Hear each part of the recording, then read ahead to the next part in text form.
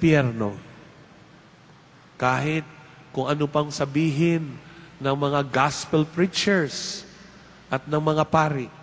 No? Pero ngayon na may asawa na ako, pag nakikita ko ang misis ko, para akong nasa impyerno. No? So kung minsan, sinasabi natin na may totoong damnation. No? Kapag tayo pinapipili tayo.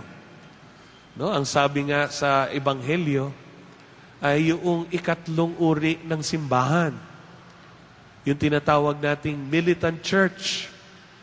Lahat ng humihinga, lahat ng mainit pa, no? Warm-blooded living thing, no? Ang tao na may konsensya, ang tao na may isip at puso, no? Ay masabi natin, yaan ang militant church. Bakit? Because we are, no? Still struggling to do good, no? To make a choice, to choose God rather than mammon, to choose Jesus rather than devil, no? Kaya makibagandang isipin natin, no? Ang sabi, kung tayo ay nabubuhay, tayo ang militant church. Ang sabi, huwag tayong maging katulad ng 5 hangal, the 5 foolish virgins, no? At maging matalinong dalaga tayo, no? O tinatawag nating 5 wise virgins. No? Anong ibig sabihin ng hangal? No? Alam nyo, pagdating ng takdang kamatayan, no? At sinasabi sa ikalawang pagbasa, ang parusiya, ang ikalawang pagdating ng Panginoon, ay ang ating Panginoong Hesus, ang ating kaisa-isang maghuhusga sa atin. Wala man ang dapat maghusga sa isa't isa, kundi ang Panginoon. No? Kaya, titignan niya kung tayo yung 5 foolish virgins o tayo ang 5 wise virgins. Kung tayo ang tupa o kung tayo ang kambing. Kung tayo ang uhay o tayo ang mga damo. No? So, makikita natin, meron tayong kalayaan. Meron tayong pagpili. Pero ang mga hangal, ang sabi rito, may iba-ibang hangal na mga mananampalataya. Ang una, no, ay ang pagiging tamad. No, meron tayong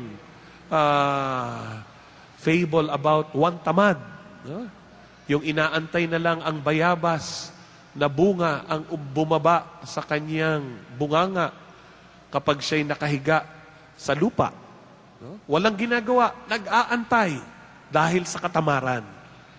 Kaya yung laziness, sabi, ay yan ay one of the 7 capital sins. No? Ikalawa, ay yung mga tinatawag nating manyana habit. Ay, pagdating ng bridegroom, pagdating ni Jesus, no? Eh, bukas na lang. Hindi pa siya dumarating. Bukas na lang, pagpabukas ng pagpabukas. Kaya bandang huli, dumating, walang kapreparasyon, hindi handa. No? Ikatlo, yung tinatawag nating last minute preparation, yung cramming. No? Marami dyan gusto magre-review sa board exam yung mismong araw na o yung gabi before the examination day. Kaya doon ay cramming. No? No, okay lang kung naabutan natin ang deadline. No? Katulad ng magnanakaw na ninakaw pati ang kanyang kaligtasan nang sabihin niya, Panginoon, patawarin mo ako, dalin mo ako sa iyong kaharian. No? Pero hindi lahat ng panahon aabot tayo sa deadline. No? Kaya masabi natin yung ikaapat, yung tinatawag nating indifferent and apathetic. Yung walang pakialam. Walang okay lang. No? Walang ginagawa. Mapunta ako sa impyerno, mapunta ako sa langit. Okay lang, wala akong pakialam. No? Yan ang tinatawag nating mga hangal. No? Kaya ang nais ng Panginoon, maging matalino. Ang sabi ng pagiging matalino ay maging laging handa. Pagdating ng paghuhusga ng Panginoon, pagdating ng kamatayan, lagi tayong sumusunod sa Kanya. Ano po bang sinasabing lampara at yung langis? Yung langis, yun po ang ating inner disposition. Yun po ang ating ugali, ang ating attitude.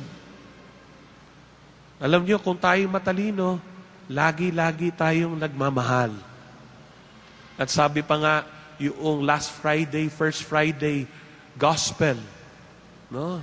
Be prudent, but do not be dishonest toward. And how to be prudent?